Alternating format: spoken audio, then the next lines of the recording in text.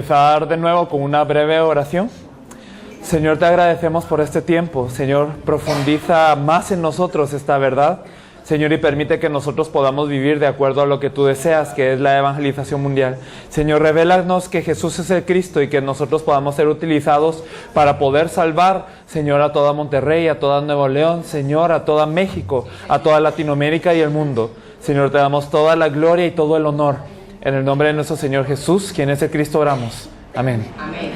Amén. Entonces, para ir recapitulando, para que no se nos pierda de vista el núcleo de todo, es que la Biblia tiene como intención una cosa, que nosotros podamos creer que Jesús es el Cristo. La iglesia primitiva solamente predicaba que Jesús es el Cristo, y es el núcleo de la Biblia. Jesús mismo habló de Él mismo diciendo que todas las escrituras lo señalan a Él, porque Él es el Cristo. Él nos dice que las escrituras de Moisés, que los salmos, que los profetas, todas hablan de Él. E incluso le dice a los discípulos en Emaús que son tardos y que verdaderamente insensatos son por no haber creído todo lo que los profetas y todas las escrituras dicen acerca de Él. Así de apasionado era el corazón de Jesús para dar a entender que verdaderamente debían de creer en Él como el Cristo. Y entonces hemos visto que verdaderamente necesitamos al Cristo porque el hombre había caído de su estado original. El hombre originalmente era un ser bienaventurado, un ser que era hecho a la imagen de Dios y verdaderamente lo disfrutaba de todo. Disfrutaba la comunión con Dios. Cuando tenía una comunión con Dios no tenía falta de nada. Y tenía una promesa que debía de guardar. No comas del árbol de la ciencia del bien y del mal, o si no, ciertamente morirás. Pero aquí ocurre el problema del hombre. Existe un ser que se llama Satanás, que engaña al hombre para que el hombre cometa el pecado. Y aquí cuando hablamos de pecado no estamos hablando de un pecado ético o moral, o de una falta social, o de una falta humana, sino que estamos hablando de perder la palabra de Dios. Estamos hablando de que nosotros hemos perdido de vista y que hemos dejado de lado la promesa de Dios para caer en lo que es el engaño de Satanás.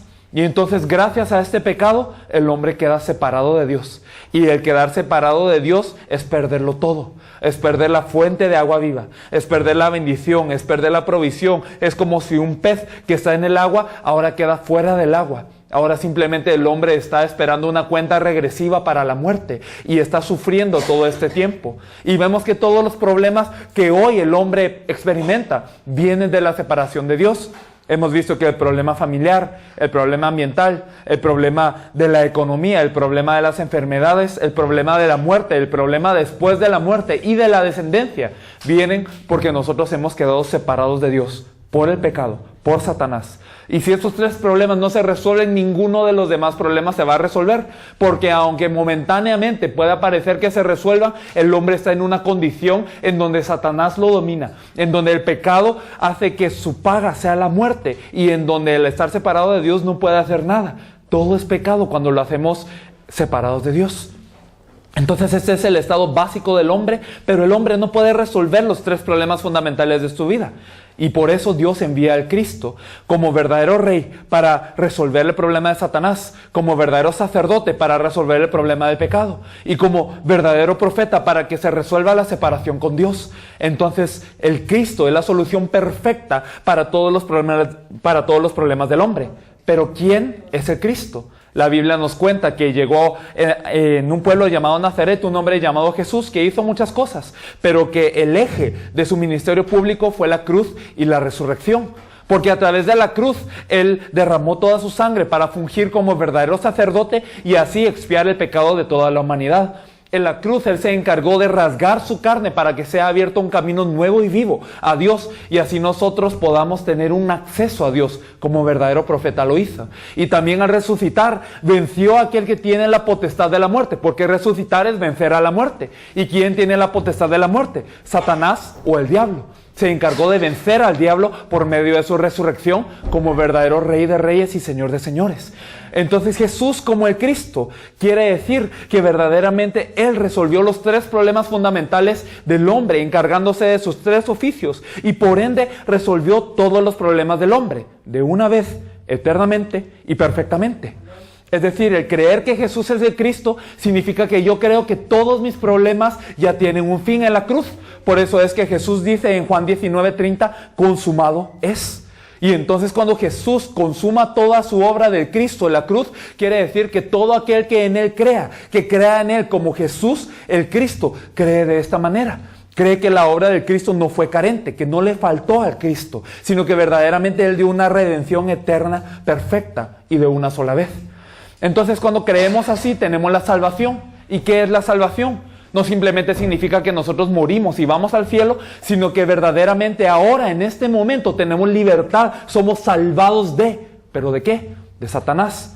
Del pecado, de la separación de Dios. Y ahora nosotros estamos restaurados a un estado como lo disfrutaba el hombre en Génesis 1 y 2. Estaba en armonía con Dios, estaba en comunión con Dios. Y cuando estaba con Dios, no le faltaba nada. Jehová es mi pastor y nada me faltará. Entonces esto es el estado del hombre salvo. No simplemente significa que yo me muero y luego me voy al cielo. Significa que en este momento yo disfruto de una vida sobre la cual Dios tiene el control absoluto. Y todas las cosas que verdaderamente suceden en nuestras vidas son permitidas por Dios. Y por eso todo ayuda bien. Entonces Dios no nos da una prueba que nosotros no podemos resistir y siempre nos da una salida de esa prueba, y todas estas pruebas nos las da con un fin de bendición final.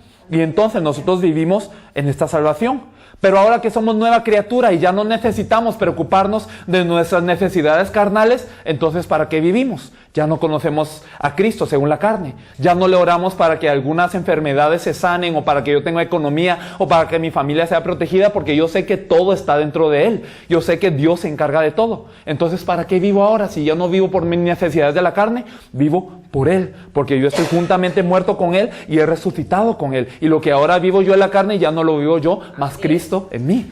¿Y qué es lo que quiere Cristo entonces en mi vida? ¿Qué es lo que Él desea que hagamos? Pues su voluntad. ¿Y cuál es su voluntad? Que nosotros desempeñemos el ministerio de la reconciliación. Y el ministerio de la reconciliación es que verdaderamente las demás personas también puedan conocer a través de este evangelio que Jesús es el Cristo a Dios. Y entonces eso es la única voluntad del Padre. Tanto que al final de los 4 evangelios y en Hechos 1:8 nos encargó esto. Y esto era verdaderamente el pacto que tenía la iglesia primitiva. Entonces hemos hecho un resumen de lo que hemos visto ahora por las personas que han venido nuevamente y por si alguna cosa no les había quedado claro. Entonces eso es el resumen. Ahora vamos a proceder con el tema verdadera fe, que está en la página número 16. Efesios 2:8, por favor. La unción del Espíritu Santo. Efesios 2, capítulo 2, versículo 8. Entonces nos dice: porque por gracia sois salvos por medio de la fe, y esto no de vosotros, pues es de don de Dios, no por obras, para que nadie se gloríe, porque somos hechura suya, creados en Cristo Jesús, para buenas obras, las cuales Dios preparó de antemano, para que anduviésemos en ellas. Esto es lo que nos dice la Biblia.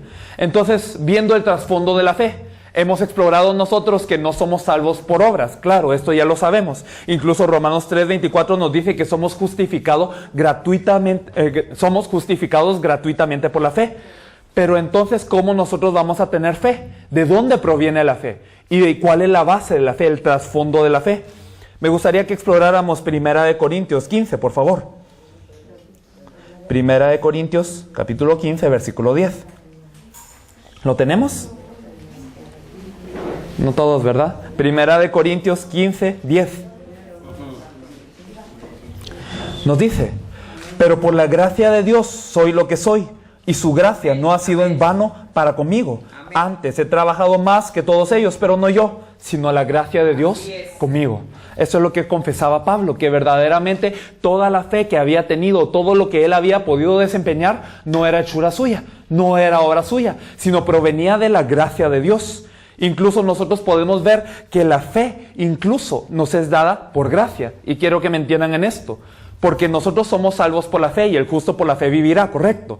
Pero ¿cómo tenemos fe? ¿Acaso es porque nosotros nos esforzamos para tener fe o porque de alguna manera nosotros tenemos una glándula de fe? No es eso, sino que verdaderamente la fe proviene de su gracia. Y la gracia es algo que nosotros no merecemos. Es decir, por la pura voluntad de Dios, por la pura gracia, misericordia, o podemos expresar que es sí, gracia, no hay otra palabra, es un regalo de Él que nos da a nosotros, y esta fe que nos da a nosotros de creer en algo que nosotros quizás no hemos visto, pero el creer en esto nos es dado por gracia, y por esta fe de creer nosotros somos salvos.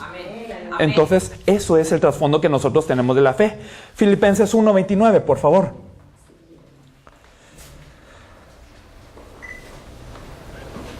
Filipenses 1:29 nos dice: porque a vosotros os es concedido a causa de Cristo, no solo que creáis en Él, sino que también padezcáis por Él.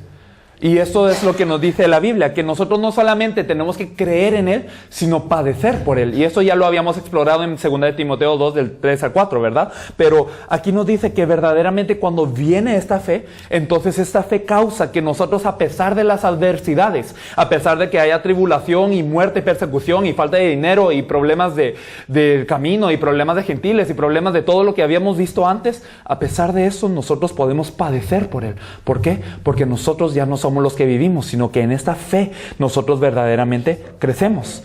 Y entonces, ¿qué es lo que creemos?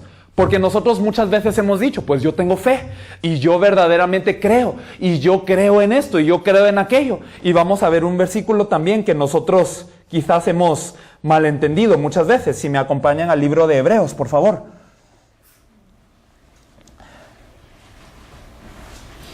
Vamos a ver Hebreos 11, versículo 1. Un versículo que ya ustedes conocen muy bien, Hebreos 11:1. Nos dice: es pues la fe, la certeza de lo que se espera, la convicción de lo que no se ve. Y entonces aquí nos define qué es la fe, que es la certeza de lo que se espera, pero la convicción de lo que no se ve. Es decir, yo creo en algo que no he visto, yo tengo la certeza de eso. Pero muchas veces se ha utilizado en la iglesia para que nosotros digamos, pues ten fe en que tu enfermedad se va a sanar, o ten fe en que tu situación se va a mejorar, o ten fe en que Dios te va a responder. Y muchas veces lo utilizamos como una validación de una esperanza propia que nosotros tenemos, de un deseo, y simplemente le añadimos algo que llamamos fe. Pero la fe que nos habla la Biblia no es eso. La fe que nos habla la Biblia es algo que se remonta a algo que está antes, si seguimos leyendo. Porque por ella alcanzaron buen testimonio los antiguos. Por la fe entendemos haber sido constituido el universo por la palabra de Dios, de modo que lo que se ve fue hecho de lo que no se veía. Por la fe Abel ofreció a Dios más excelente sacrificio que Caín, por lo cual alcanzó testimonio de que era justo, dando Dios testimonio de sus ofrendas, y muertos aún habla por ella. Entonces nosotros vemos que Hebreos 11 procede con una lista de hombres de fe, de patriarcas de fe. Y entonces habla primero de la fe, pero luego define lo que es la fe por los antiguos que tuvieron la fe. ¿Y qué fe tuvieron ellos? Abel, cuando dio el sacrificio, ustedes saben muy bien la historia de Caín y Abel, que Caín, él dio granos de la tierra, los primeros granos, pero estos sacrificios no agradaron a Dios, mientras que Abel, él dio a un cordero y dio la grosura o la gordura de este cordero, pero este sacrificio agradó a Dios. Y por mucho tiempo yo me preguntaba por qué. Y muchas personas dicen, pues, es que Caín no lo había hecho con su excelencia o no había dado lo mejor de él, mientras que Abel sí. Pero en la Biblia no podemos ver nada de esto. Solamente vemos que Abel en realidad se esforzó y hasta vemos que el semblante de Caín había decaído de tal forma que Dios viene y le dice, ¿por qué te enojas? Si verdaderamente hubieses hecho lo correcto, no estarías así y no dejes que el pecado te domine. Entonces Caín se había esforzado de gran manera en dar sus ofrendas, pero ¿por qué su ofrenda fue rechazada? Es porque nosotros sabemos que Abel tenía un misterio. Su sacrificio fue más excelente porque él sabía del pacto que Dios había dado. Él sabía que en Génesis 3:21 es que Dios, al haber visto al hombre con estas higueras, con estas hojas de higueras cubriéndolos, les dijo no. Y estas higueras se pasaban por el viento y se hacían basura muy pronto. Pero ¿qué es lo que Dios hizo? Los vistió de pieles. Es decir, hubo un primer sacrificio en el huerto del Edén. Un animal sin culpa fue sacrificado por el pecado de Adán y Eva. Y entonces Abel sabía que este sacrificio era significativo, que un animal tenía que ser sacrificado para expiar el pecado. Era un sacrificio que no simplemente era para cubrir al hombre de pieles, sino había un significado dentro de esto. Era el significado del Mesías, que el Mesías, siendo un cordero inocente, iba a ser inmolado por el pecado de la humanidad. Él sabía esto y esta le fue contada por justicia, nos dice Hebreos 11. Sigamos leyendo. Vamos a ver el versículo 5. Por la fe Enoc fue traspuesto para no ver muerte y no fue hallado porque lo traspuso Dios, y antes que fuese traspuesto tuvo testimonio de haber agradado a Dios. Y nosotros vemos que este Enoc, en la genealogía que sigue en Génesis, vemos que este Enoc era el séptimo después de esta genealogía. Y vemos que era un hombre tan justo, tan caminador con Dios, que él no había sido llevado a muerte, sino que él fue arrebatado por Dios. Pero nosotros vemos que este Enoc verdaderamente tenía una fe, él tenía una visión que era diferente. Él vio a millares de ángeles viniendo y vio al Señor viniendo con ellos. En otras palabras, Enoc había visto al Cristo, al Mesías. Y vamos a ver el versículo 7. Por la fe Noé, cuando fue advertido por Dios acerca de cosas que aún no se veían, con temor preparó el arca en que su casa se salvase. Y por esa fe condenó al mundo y fue hecho heredero de la justicia que viene por la fe. Aquí otra vez vemos que Noé había sido hecho heredero de la fe y que por esta fe él tenía justicia. Pero ¿qué fe tenía este Noé? Bien conocen ustedes acerca del arca de Noé, que Dios le había dicho a Noé, había hallado gracia a Noé ante los ojos de Dios, y entonces Dios le dice, hazte un arca para que no perezcan de tu familia y que todos los animales puedan salvarse de esto. Y entonces, viéndolo de esta manera, es que antes de esto Dios había hallado tanta maldad en el mundo que incluso algunas versiones de la Biblia nos dice que le pesó el corazón a Dios hacerlo. En otras versiones nos dice que se arrepintió Dios de haber creado a la humanidad. Y entonces Dios quiere poner un juicio final sobre toda la maldad del hombre, pero halló Noé gracia ante sus ojos, y entonces le dice a Noé, hazte un arca. Y durante mucho tiempo Noé fue pregonero de justicia, nos dice la Biblia, y él predicó que va a venir un juicio, va a venir un diluvio, pero nadie le creía. Él hizo un arca en donde entraron los animales y su familia a salvarse. Pero nosotros vemos que todo el que entró dentro del arca no fue condenado, y todo lo que estaba fuera del arca, por más perfecto que fuera, por más sabio que fuera, todo pereció. Pero aunque Noé y su familia fueron justos, habían animales impuros dentro de esta arca, habían animales con defecto, pero todos ellos se salvaron. En otras palabras, fuera del arca te mueres, dentro del arca te salvas y no pasas a condenación. ¿De quién nos hablaba el arca? Del Cristo. Entonces Noé, por tener esta fe, la salvación final de Dios que es Cristo, entonces esto le fue contado por justicia. Incluso nosotros podemos ver en el versículo 8, por la fe Abraham, siendo llamado, obedeció para salir al lugar que había de recibir como herencia, y salió sin saber a dónde iba. Por la fe habitó como extranjero en la tierra prometida, como en tierra ajena, morando en tiendas con Isaac y Jacob, coherederos de la misma promesa. ¿Y qué promesa había recibido Abraham? Que por tu semilla serán benditas todas las naciones, ¿verdad?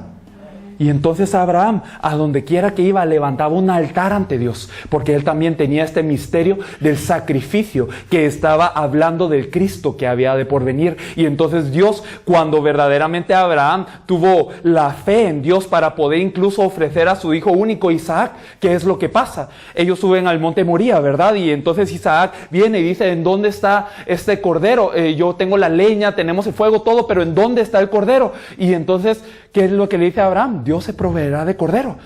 Y entonces, ¿qué le dice Dios? Sacrifica a tu hijo. Pero él no dudó, porque nos dice la Biblia que verdaderamente Abraham creyó que le iba a resucitar de los muertos a este Isaac. Pero verdaderamente cuando le iba a apuñalar, entonces vino un ángel y dijo, ahora Dios sabe que le crees. Y envió un cordero en un zarzal, un carnero en un zarzal, perdón. ¿A quién se refería este carnero? Que era dado por expiación, a Cristo. Y entonces Abraham tenía la fe en aquel que iba a venir, y todos los patriarcas de la fe, si quieren pueden seguir leyendo, pero ahora no tenemos el tiempo para explicarlos a todos, pero todos ellos tenían la fe, la esperanza, la convicción de lo que no se ve. ¿Y qué es lo que no se veía en ese tiempo? Al Cristo. Por tanto, vamos a ver cuál es el contenido de la fe. Primera de Juan 5, por favor.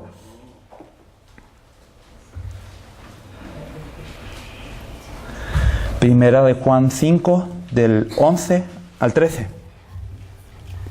Primera de Juan 5, 11 al 13, por favor.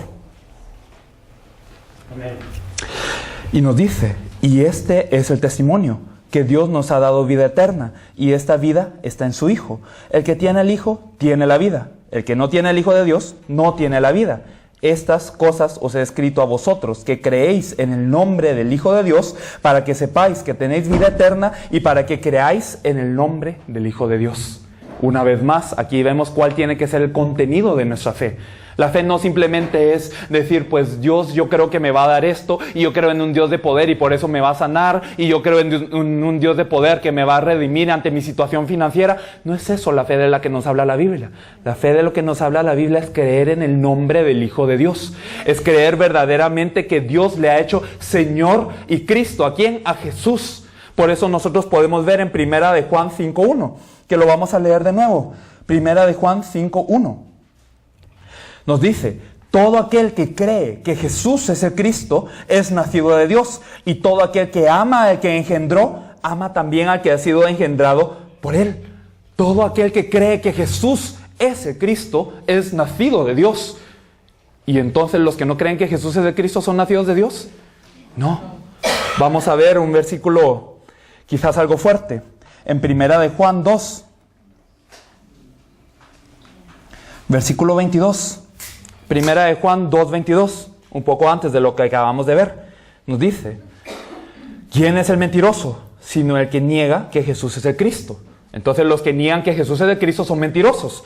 Pero nos dice aquí más allá de eso, este es anticristo, el que niega al Padre y al Hijo. Y entonces muchas veces se nos ha enseñado pues que en los tiempos postreros se levantará el anticristo y que habrá grandes estragos. Sí, esto es correcto, pero ¿quién es el anticristo? No es simplemente una persona que muestre falsas señales y falsos portentos, sino aquí nos define que todo el que es anticristo es ¿quién? El que niega que Jesús es el Cristo. Así que esto es algo grave, porque el negar no significa simplemente decir que no es. Yo puedo escuchar que Jesús es el Cristo y digo, sí, eso es verdad. Pero verdaderamente el negar es no creer que Jesús es el Cristo. Verdaderamente estar en ignorancia e incredulidad de que Jesús es el Cristo. Y si nosotros tenemos una fe así, entonces la Biblia nos dice que ya saben qué somos. Entonces en este momento verdaderamente oro para que nos sea revelada la fe de creer en Jesús como el Cristo.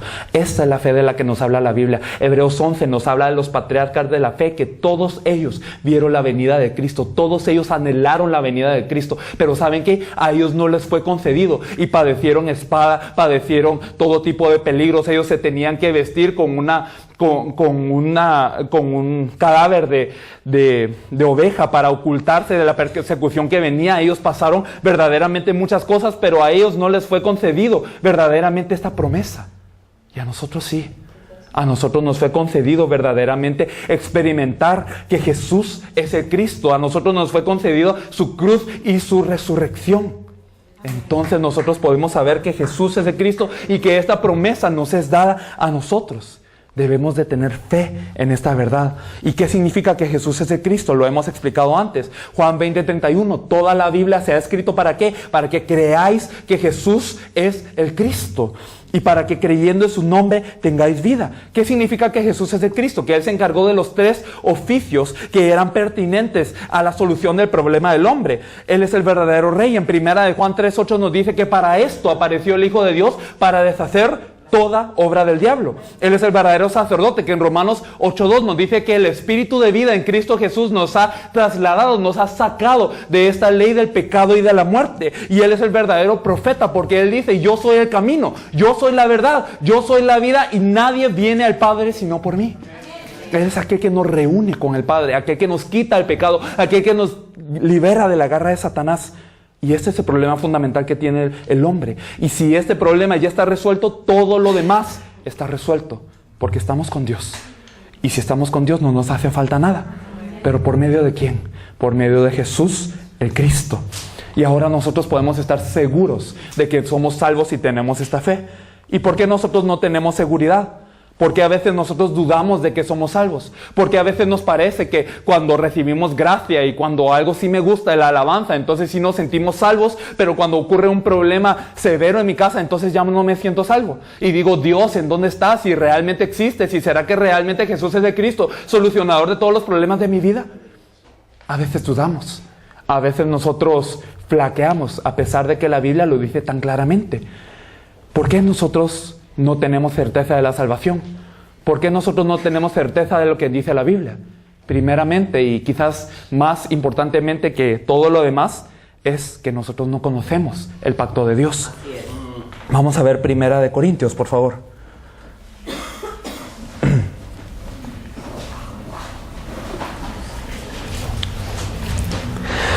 Primera de Corintios 2:12 nos dice: y nosotros no hemos recibido el espíritu del mundo, sino el espíritu que proviene de Dios, para que sepamos lo que Dios nos ha concedido. Entonces, si hemos recibido verdaderamente el Espíritu de Dios, entonces por medio del Espíritu nosotros podemos saber lo que Él nos ha concedido. Aquí en su copia ven otro versículo, primera de Juan 5:13, que nos dice que verdaderamente este es el testimonio. ¿Y quién es el testimonio? Es el Hijo. Si tenemos al Hijo, tenemos la vida, y si no tenemos al Hijo de Dios, no tenemos la vida. Así de simple. Si tenemos a Jesús como el Cristo, tenemos la vida. Y si no lo tenemos como el Cristo, pues no tenemos vida. Segunda de Timoteo 1:12, vamos a ver un poco de la fe de Pablo. Segunda de Timoteo 1:12, por favor. Nos dice: por lo cual asimismo padezco esto, pero no me avergüenzo, porque yo sé a quién he creído, y estoy seguro que es poderoso para guardar mi depósito para aquel día.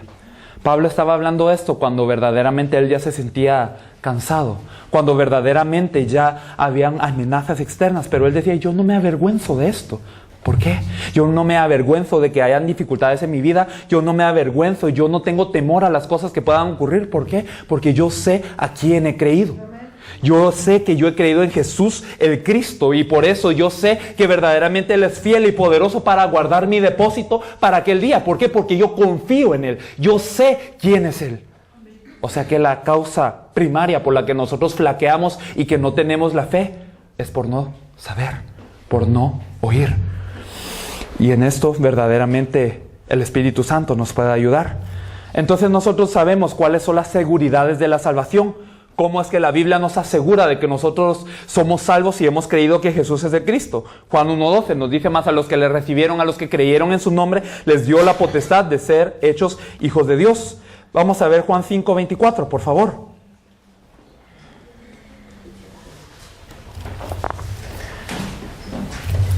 Juan capítulo 5, versículo 24.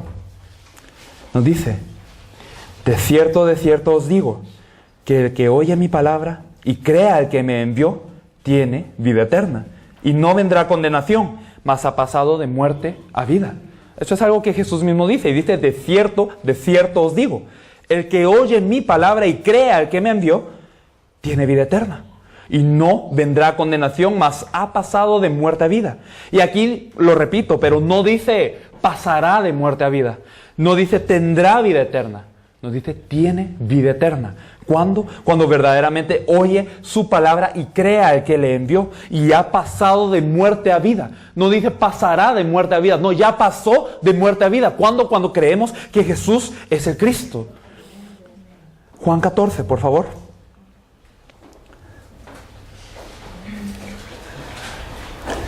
Juan 14, 16 a 17 nos dice: y yo rogaré al Padre, y os dará otro consolador, para que esté con vosotros para siempre, el Espíritu de verdad, al cual el mundo no puede recibir, porque no le ve ni le conoce. Pero vosotros le conocéis, porque mora con vosotros y estará en vosotros. Entonces aquí Jesús habla de que Él se tiene que ir rápido y que es más provechoso que Él se vaya.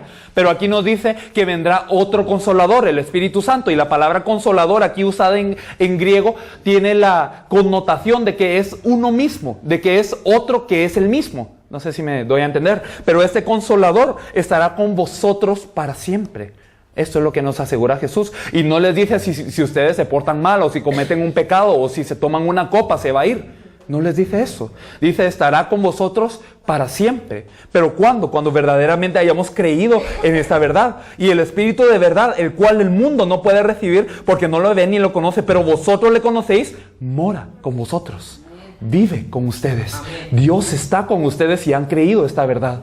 Así que en eso podemos tener la certeza de la salvación. Y a mí me gustaría que leyésemos un pasaje que en realidad a mí me gusta mucho. Romanos 8, por favor. Romanos 8, del 31 al 39. Romanos 8, del 31 al 39.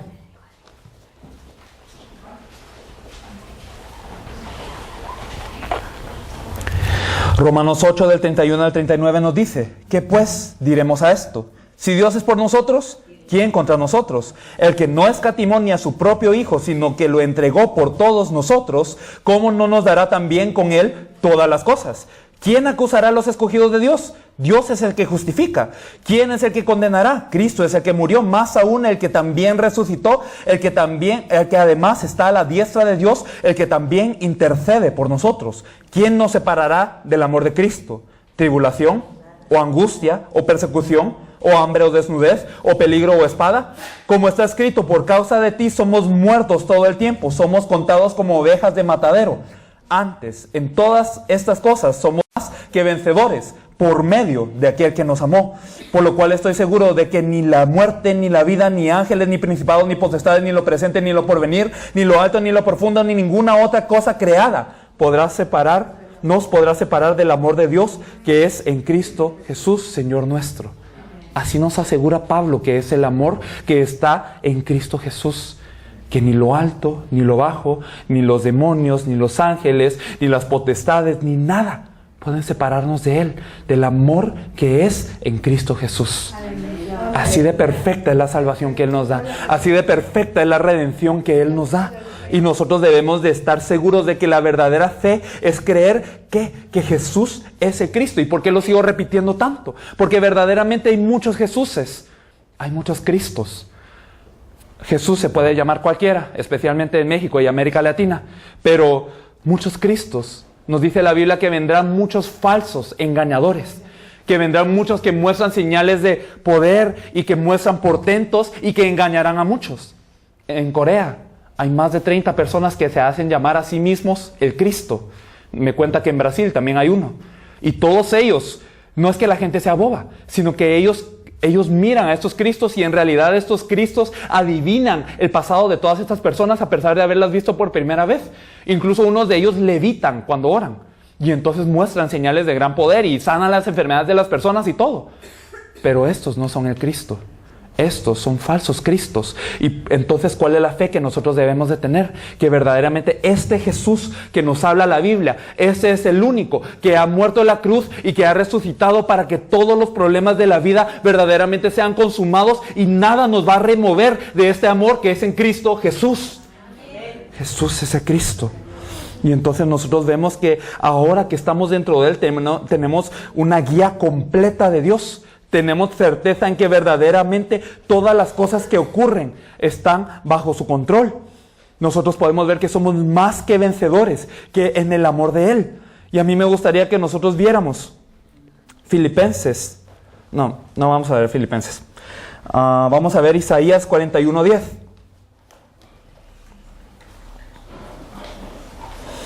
Isaías 41:10. Nos dice: no temas, porque estoy contigo. No desmayes, porque soy tu Dios, que te esfuerzo. Siempre te ayudaré, siempre te sustentaré con la diestra de mi justicia. Y esta bendición nos sobreviene cuando estamos con Dios. ¿Y cómo estamos con Dios? ¿Cuándo podemos estar con Dios? Cuando creemos que Jesús es el Cristo. Cuando verdaderamente estamos seguros de esto, estas bendiciones de Dios llegan a nosotros. Y podemos ver nosotros, y esto lo voy a explicar brevemente nada más, que hay concepciones erróneas de lo que es la fe. Hay personas que erróneamente han pensado en lo que es la fe y es muy fácil perder el camino. Incluso en los tiempos de Pablo, la gente había perdido el camino, la iglesia había perdido el camino. Y uno de las grandes corrientes que nosotros podemos ver es que la gente piensa que hay salvación a través de las obras y no de la fe. Entonces nosotros podemos ver especialmente en el libro de Romanos cómo se contradice esta verdad. Pero muchos habían pensado, incluso por versículos que nos dice ocupados en vuestra salvación con temor y temblor, incluso con estos versículos la gente llega a pensar, pues yo no estoy salvo de mi enteridad, yo he aceptado que Jesús es el Cristo, pero yo tengo que seguir trabajando para alcanzar la salvación. Es una noción que los católicos también tienen. Pero la Biblia nos dice que verdaderamente Jesús, el Cristo, si lo tenemos a Él, entonces somos salvos. Que verdaderamente tenemos la vida. Que si tenemos al Hijo, tenemos al Padre. En realidad que Él lo ha dado todo por nosotros. Y que si Dios dio a su Hijo unigénito, entonces nos lo ha dado todo. Que es una salvación perfecta. Entonces la salvación no es por medio de obras, es por fe. Pero vemos también el bando contrario. vemos que hay algunos que dicen que la salvación es a través de la fe sin obras. ¿Y a qué se refiere esto? Vemos algunas personas, incluso en el tiempo de Pablo, en Apocalipsis nos dice que hay unos que se llaman Nicolaitas o que se llaman discípulos de Jezabel. ¿Y qué es lo que ellas hacían? Ellos decían, pues como yo ya soy salvo, entonces ya nada me afecta, pues Jesús ya murió por mí y Jesús es de Cristo, entonces ya nada me afecta, yo ya no tengo más problema y ahora puedo pecar todo lo que quiera y no me es contado como pecado. Y esto era lo que decían las personas de ese tiempo incluso. Entonces, aquí podemos ver, aquí me gustaría que viésemos Santiago 2. Santiago capítulo 2, desde el versículo 17. Santiago 2, 17. Así también la fe, si no tiene obras, es muerta en sí misma. Pero algunos dirán, tú tienes fe y yo tengo obras. Muéstrame tu fe sin tus obras y yo te mostraré mi fe por mis obras. ¿Tú crees que Dios es uno? Bien haces. También los demonios creen y tiemblan. Más quieres saber, hombre vano, que la fe sin obras es muerta. ¿No fue justificado por las obras Abraham nuestro padre cuando ofreció a su hijo Isaac sobre el altar? Entonces aquí seguimos leyendo varias de las cosas, pero ¿cuál es el punto nuclear? Que hay muchas personas que dicen que pues como yo creo, en realidad yo no necesito obras. Pero una persona que verdaderamente cree, verdaderamente ha creído que en su vida, que en realidad no tenía nada, en una vida pecaminosa, vivía en una vida desesperada, lejos de Dios, en una vida que verdaderamente era la escoria del mundo. Una persona que verdaderamente cree y sabe que Dios le ha rescatado de esta vida, que le ha rescatado de este camino de pecado, que le ha rescatado de la separación de Dios y de las obras muertas de Satanás. ¿Cómo no va a poder cambiar? ¿Cómo una persona que realmente conoce lo que es el Evangelio lo va a menospreciar por la vida del mundo? A esto se refiere Santiago cuando dice que una fe sin obras es una fe muerta. Porque nosotros si verdaderamente hemos creído que Jesús es el Cristo, eso no está para quedarse simplemente allí, sino verdaderamente nosotros cambiamos. ¿Cómo es que de ser hijos de Satanás y luego volvernos hijos de Dios, cómo no va a haber un cambio? Y si no hay un cambio, y si verdaderamente no hay una transformación, entonces hay que dudar. ¿Será que verdaderamente hemos creído? ¿Será que verdaderamente tenemos la fe de la Biblia? Así que esto es a lo que se refiere Santiago y la Biblia, cuando nos habla de que una fe sin obras es una fe muerta. Y entonces hay algunos que dicen que debido a que se es salvo una vez, está bien si pecamos. Y esto es lo que veníamos diciendo. En Judas 1:4 nos dice que hay algunos hombres engañadores y perversos que toman como libertinaje el Evangelio de la gracia. Y entonces esto no es, porque si sabemos que nuestro Señor, que Jesús murió en la cruz, fue despedazado, Él padeció oprobio y verdaderamente hasta su carne le fue quitada, que verdaderamente Él fue rasguñado, que fue flagelado para que verdaderamente nuestros pecados ya no nos sean tomados en cuenta. ¿Cómo podemos menospreciar esa gracia? ¿Cómo podemos menospreciar que Jesús es el Cristo? Así que la verdadera fe, claro, tenemos por la fe la salvación, pero verdaderamente debemos de conocer el significado de que Jesús es el Cristo. Esto no es una fe que se obtiene, digamos, por un sacrificio gratis. Él ya lo pagó todo, pero a Él le costó su vida y su resurrección. Y bueno, podemos profundizar más en este tema, pero vamos a pasar de tema. El tema número 17, lo que está en la página 17, perdón, Dios Trino y la Biblia. Y no voy a hacer tanta mención de esto, pero Dios Trino y la Biblia, ¿por qué lo mencionamos? Porque algunas personas, cuando nosotros enfatizamos que Jesús es el Cristo, vienen y dicen, pues ustedes entonces son unitarios, o incluso hay algunas personas que nos han llamado jesuitas, pero en realidad la Biblia nos habla de que hay un misterio acerca de la Trinidad, y esto no es algo que nosotros podemos definir a simple vista o con una simple definición humana, pero claramente la Biblia nos habla de que hay un Dios Padre, y de que hay un Dios Hijo y de que hay un Dios Espíritu Santo. Y vamos a hablar un poco acerca de la Biblia también, pero primero vamos a ver Mateo 28. Mateo 28, versículo 18 al 20. Mateo 28, 18 al 20. Nos dice, y Jesús se acercó y les habló diciendo, toda potestad me es dada en el cielo y en la tierra. Por tanto, id y haced discípulos a todas las naciones, bautizándolos en el nombre del Padre y del Hijo y del Espíritu Santo, enseñándoles que guarden todas las cosas que os he mandado, y aquí yo estoy con vosotros todos los días hasta el fin del mundo. Amén. Y entonces aquí Jesús claramente menciona que hay un Padre, que hay un Hijo y que hay un Espíritu Santo. Y entonces, ¿cómo nosotros debemos de entender esta Trinidad? Porque quizás esto es uno de los conceptos que sean más difíciles de agarrar, porque en realidad es un misterio. No existe algo en el mundo que realmente pueda explicar esto. No se puede utilizar una parábola, una comparación, porque en realidad nada de lo que existe en el mundo es así. Es como, algunos dicen que es como un árbol y que tiene sus raíces, el tronco y la copa, y que el Padre y el Hijo y el Espíritu Santo son así, pero en realidad no es así. O algunos dicen que es como el agua, que tiene su estado sólido, líquido y gaseoso, y que así es el Espíritu Santo, pero en realidad no se puede explicar así. ¿Por qué? Porque la Trinidad de Dios, verdaderamente Dios siendo uno es tres, y siendo tres son uno. Y Dios dialogó entre sí mismo, Dios habló con sí mismo. No solamente Dios mismo hablaba con Jesús, sino en la creación. En Génesis 1:26 Él dijo, hagamos al hombre a nuestra imagen y semejanza. Y entonces, ¿con quién está hablando? Con Él mismo. Pero Dios es tres y es uno, pero son tres. Entonces, de la manera más fácil que nosotros podemos explicarlo es que es un misterio. Pero claramente Dios Padre, Dios Hijo y Dios Espíritu, en lo que nosotros podemos percibir, tienen roles definidos o papeles definidos, los cuales juegan en cuanto a la salvación. En cuanto al plan de salvación, Dios se define claramente. Y nosotros podemos ver el papel de Dios Padre. Génesis 1:1 nos dice que Dios es el Dios creador. Por su palabra misma se creó todo el mundo. Y me gustaría que me acompañasen a Primera de Crónicas. Primera de Crónicas 29 del 10 al 14.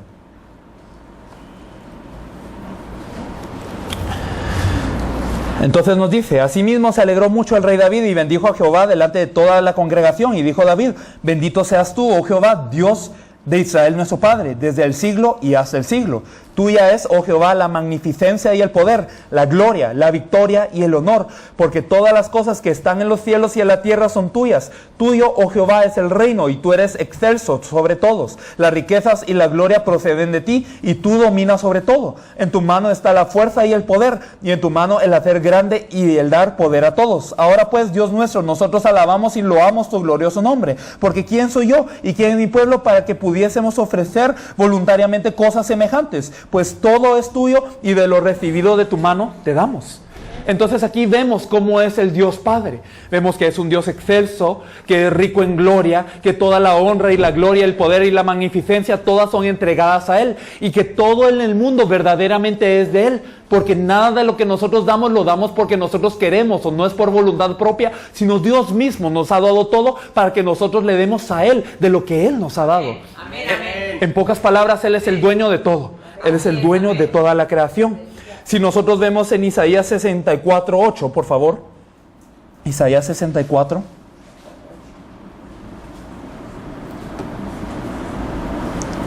Isaías 64:8 nos dice, ahora pues, Jehová, tú eres nuestro Padre, nosotros barro. Tú, el que nos formaste, así que obra de tus manos somos todos nosotros. Entonces, Dios no solamente es el dueño de toda la creación y todo fue creado por Él, sino que con nosotros mismos Él nos formó. Y el barro no le puede decir a Dios, ¿verdad? ¿Por qué me hiciste así? ¿O por qué yo soy tan feo? ¿O por qué yo no tengo ninguna habilidad? No es del barro reclamar eso, sino que verdaderamente es de la voluntad de Dios. En otras palabras, Dios es soberano sobre todo. Y entonces nosotros vemos que verdaderamente Dios gobierna sobre todo. Y por último, acerca de Dios Padre, vamos a ver Apocalipsis 4.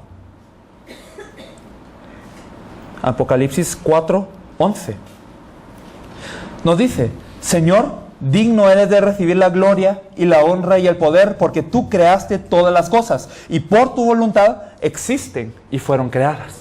Así que nosotros vemos la magnificencia del Dios Padre, de Dios que ha creado todo, sobre todo camina sobre Él, y si Él no lo deseara, nosotros nos podríamos desmoronar en este mismo momento. Si Él no nos mantiene, todos nos morimos, y todas las cosas, si no fueron creadas por Él, no fueron creadas. Entonces vemos la magnificencia del Dios Padre, pero en el plan de salvación, ¿qué lugar ocupa Él? La Trinidad, o digamos el orden que nosotros vemos de Dios Padre, Dios Hijo y Dios Espíritu Santo, no significa que pues el Padre sea mayor que el Hijo, o que el Hijo es mayor que el Padre, o que el Espíritu Santo es menor que todos. No es eso a lo que se refiere, sino que en cuanto al plan de salvación, hay un orden que se determinó, hay papeles que ellos juegan, y Dios Padre juega el papel de planear la salvación. Dios Padre jugó el papel de que desde el momento en el que el hombre se perdió, Dios Padre dio el pacto. Dios Padre planeó toda la obra de la salvación. Él es aquel que orquestó la salvación, si se puede decir así. Y ahora vamos a ver acerca del Dios Hijo. Si me acompaña a Colosenses 1, por favor.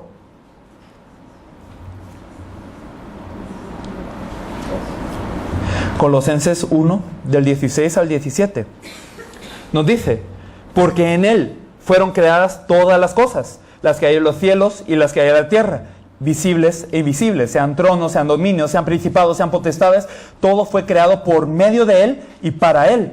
Y Él es antes de todas las cosas. Y todas las cosas en Él subsisten. Y esto no se está refiriendo al Dios Padre, sino se está refiriendo a Cristo. Entonces nosotros vemos que todo fue creado por Él y para Él.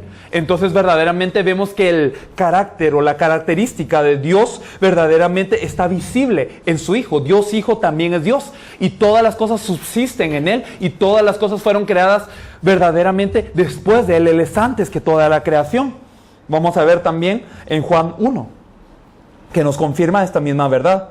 En Juan capítulo 1, desde el versículo 1 en adelante, nos dice, en el principio era el Verbo, y el Verbo era con Dios, y el Verbo era Dios. Este era en el principio con Dios. Todas las cosas por Él fueron hechas, y sin Él nada de lo que ha sido hecho fue hecho. En Él estaba la vida, y la vida era la luz de los hombres. La luz en las tinieblas resplandece, y las tinieblas no prevalecieron contra ella. Hubo un hombre enviado de Dios, el cual se llamaba Juan. Este vino por testimonio, para que diese testimonio de la luz, a fin de que todos creyesen por Él. No era de la luz, sino para que diese testimonio de la luz. Aquella luz verdadera que alumbra a todo hombre venía a este mundo, y en el mundo estaba, y el mundo por Él fue hecho. Pero el mundo no le conoció, a lo suyo vino, y a los suyos no le recibieron. Entonces aquí vemos la característica de Dios Hijo, que Él era la palabra, Él era el verbo, Él estaba con Dios, y el verbo, es decir, la palabra, cuando Dios dijo hágase tal cosa, fue hecho por la palabra, y entonces es decir que verdaderamente el Cristo estaba allí desde la creación. Y este Cristo vino a esta tierra, ¿por qué? Por el plan de redención que tiene Dios con el hombre. Hechos 4:12 nos dice que no hay otro nombre en el cual nosotros podamos ser salvos. No hay otro nombre dado al hombre para el cual nosotros podamos alcanzar la salvación. Si nosotros vemos en Juan 14:14.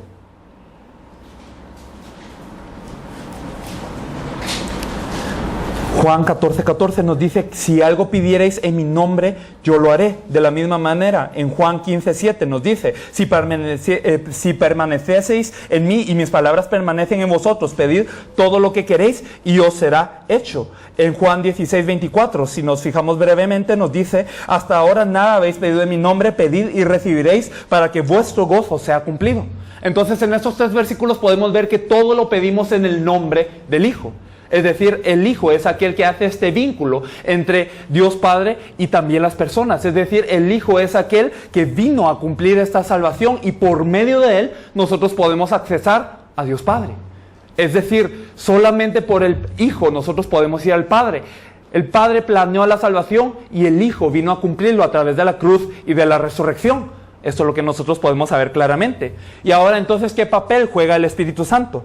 Me gustaría que viéramos Romanos 8:9. Romanos 8:9 nos dice, mas vosotros no vivís según la carne, sino según el Espíritu, si es que el Espíritu de Dios mora en vosotros. Y si alguno no tiene el Espíritu de Cristo, no es de Él. Y aquí nos dice al mismo tiempo que es el Espíritu de Dios que mora en vosotros. Pero también nos dice, si alguno no tiene el Espíritu de Cristo, entonces nos dice, no es de Él. Así que el Espíritu Santo es el Espíritu de Dios, pero también es el Espíritu de Cristo. O sea que Cristo y Dios son uno y el Espíritu Santo es uno. ¿Sí me entienden? Entonces nos dice que el Espíritu Santo verdaderamente está con nosotros. En Juan 14, si nos fijamos en Juan 14, por favor. En Juan 14, 16 a 17, nos dice, y yo rogaré al Padre, y os dará otro consolador para que esté con vosotros para siempre, el Espíritu de verdad, al cual el mundo no puede recibir porque no le ve ni le conoce, pero vosotros le conocéis porque mora con vosotros y estará en vosotros. Es otro consolador, es el mismo que Jesús, solo que es otro consolador. Entonces vemos aquí que Cristo y Dios y el Espíritu Santo son uno. Pero ¿cuál es la función de este Espíritu Santo? El Espíritu Santo no es una energía, como muchas veces hemos creído. Muchas veces se pide, lléname del Espíritu Santo, y que verdaderamente el Espíritu Santo se derrame aquí, y que yo pueda ser lleno, pero nosotros pensamos como si el Espíritu Santo fuese una energía, o algún poder, o algo que hace que yo me caiga, o que hable en lenguas, pero no, el Espíritu Santo es Dios mismo. Y Dios mismo es el que mora sobre nosotros. Y entonces, ¿para qué vino el Espíritu Santo? ¿Cuál es el papel del Espíritu Santo? Hechos 1:8.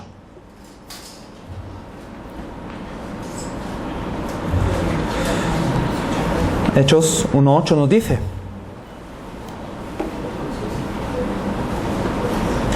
dice, pero recibiréis poder cuando haya venido sobre vosotros el Espíritu Santo, y me seréis testigos en Jerusalén, en toda Judea, en Samaria y hasta lo último de la tierra. O sea que la llenura del Espíritu Santo, o el poder que proviene del Espíritu Santo, tiene un propósito, tiene una meta, tiene un destino final. Y esto fue para que ustedes fueran testigos en Jerusalén, en toda Judea, en Samaria y hasta lo último de la tierra. O sea que el Espíritu Santo, cuando nos guía, cuando acciona sobre nosotros, cuando nos consuela, cuando se mueve en nosotros, siempre nos lleva a una dirección. No son las caídas, no son los milagros, no son las sanidades específicamente, sino es que nos guía a la evangelización mundial. Nos guía a que el nombre de Cristo verdaderamente sea enaltecido. Y aquí me gustaría que viésemos algo que no está en su copia, en Juan 16, por favor. Juan 16, versículos 7 al 11. Juan 16, 7 al 11 nos dice, pero yo os digo la verdad, os conviene que yo me vaya, porque si no me fuera, el Consolador no vendría a vosotros, mas si me fuere, os lo enviaré. Hablando del Espíritu Santo, ¿verdad? Y entonces nos sigue diciendo, y cuando Él venga, convencerá al mundo de pecado, de justicia y de juicio. Así que el Espíritu Santo, cuando viene sobre nosotros, tiene la dirección de la evangelización mundial, pero también tiene un papel de convencernos. ¿Pero de qué? De pecado, de justicia y de juicio. ¿Y qué significa esto? Versículo 9. De pecado por cuanto no creen en mí. O sea que el pecado, ¿qué es? No creer en quién. En Jesús el Cristo. Eso es el pecado del mundo. Y que de justicia por cuanto voy al Padre y no me veréis más. O sea que verdaderamente va a haber una justicia que Él no solamente ascendió al Padre, sino nosotros vemos en el versículo 11. Y de juicio por cuanto el príncipe de este mundo ha sido ya juzgado. O sea que de esto nos convence el Espíritu Santo, de pecado, de justicia y de juicio. Y vamos a ver también en Juan, vamos a saltarnos unos versículos, Juan 14, 26 al 27 nos dice, mas el Consolador, el Espíritu Santo, a quien el Padre enviará en mi nombre, Él os enseñará todas las cosas y os recordará todo lo que yo os he dicho. La paz os dejo, mi paz os doy. Yo no os la doy como el mundo la da. No se turbe vuestro corazón, ni tenga miedo. O sea que el Espíritu Santo no solamente está para predicar el Evangelio, aunque esta es la función principal, porque nos convence de pecado, de justicia y de juicio, sino nos deja la paz que es en Cristo Jesús. Y Él verdaderamente está con nosotros cuando verdaderamente creemos que Jesús es el Cristo. Y nosotros podemos ver también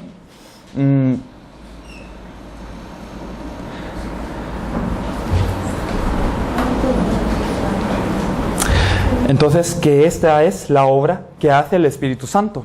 O sea que, para resumir todo, Dios Padre, en cuanto a la salvación, es aquel que planeó la salvación. Dios Hijo es aquel que efectúa esta salvación con la cruz y la resurrección. Y Dios Espíritu Santo es aquel que viene a aplicar esta salvación sobre nuestras vidas, porque nos viene a convencer de que Jesús es el Cristo, de pecado, de juicio y de justicia. Entonces podemos ver que en realidad todo radica en Cristo. ¿Y cómo? ¿De qué manera? Porque solamente a través de Jesús el Cristo tenemos acceso al Padre, y cuando verdaderamente recibimos a Jesús como el Cristo, el Espíritu Santo mora dentro de nosotros. Entonces aquí vemos un poco de la Trinidad. Y para terminar con esto, antes del receso vamos a ver la Biblia. Vamos a ver en 2 de Timoteo 3 del 14 al 17. 2 de Timoteo 3 14 a 17. Y esto es un versículo que ustedes muy bien conocen. Pero persiste tú en lo que has aprendido y te persuadiste, sabiendo de quién has aprendido. Y que desde la niñez has sabido las sagradas escrituras, las cuales te pueden hacer sabio para la salvación por la fe que es en Cristo Jesús. O sea que las escrituras que tienen como objetivo hacerte sabio para la salvación. Pero ¿en dónde está esa salvación? En Cristo Jesús, en Jesús el Cristo. Y toda la escritura es inspirada por Dios y útil para enseñar, para redarguir, para corregir, para instruir en justicia, a fin de que el hombre de Dios sea perfecto, enteramente preparado para toda buena obra. Pero esto es algo que viene después. ¿De qué cosa? De que nosotros creamos que Jesús es el Cristo. Y esta es verdaderamente, eso es lo que tiene la Escritura como el objetivo. En Hebreos 4:12 podemos ver que la palabra es viva y es eficaz y que es más cortante que toda espada de dos filos y que penetra pues todo, en realidad. Y entonces esta palabra nos penetra y tiene un objetivo. Nosotros vemos que la palabra de Dios también es algo que permanece eternamente. Isaías 40:8 nos dice, sécase la hierba, marchítase la flor, pero la palabra de Jehová Dios permanece para siempre. Incluso Jesús mismo lo dijo en Mateo 5 del 17 al 18, que Él no venía para abrogar la ley y los profetas, sino vino para que se cumpliese todo y que no pasaría ni una jota, dicen algunas versiones, ni una coma, ni una tilde, antes de que verdaderamente se cumpliese esta palabra. Y entonces vemos que la palabra es eterna, vemos que la palabra es viva, vemos que la palabra es útil para redarguir, enseñar y todo lo demás, pero ¿cuál es el objetivo central de la palabra? Ya lo hemos visto, Lucas 24:44, que Jesús empezó a abrirle las escrituras a los discípulos que estaban después de su resurrección y les dijo, y ya les dije, como antes les había dicho, que era necesario que se cumpliese de mí todo lo que está escrito en la ley de Moisés, en los profetas y en los salmos. Que toda la escritura indica al Mesías, al Cristo. De la misma forma, en Juan 5:39, vosotros escudriñáis las escrituras creyendo que en ella tenéis la vida, mas todas estas escrituras dan testimonio de mí. Y no queréis venir a mí para que tengáis vida, decía Jesús. Juan 20:31. Ya se cansaron de este versículo, pero es lo más importante que les puedo transmitir. Todas estas se han escrito para que creáis que Jesús es el Cristo, el Hijo de Dios, y para que creyendo tengáis vida en su nombre. Así que este es el objetivo de la Biblia, testificar que Jesús es el Cristo, que creáis que Jesús es el Cristo. Y Dios Padre, Dios Hijo y Dios Espíritu Santo hicieron toda esta obra de la salvación que se puede acceder, a la que nosotros podemos entrar. ¿Cuándo? Cuando creemos que Jesús es el Cristo. Así que en este momento pues ya vamos a descansar un poco. Vamos a proceder con los siguientes temas después de un momento, que son el pacto, la oración y la verdadera iglesia. Y vamos a descansar un tiempo para que se refresquen y puedan digerir todo esto. Gracias. 5 minutitos antes de que salgan.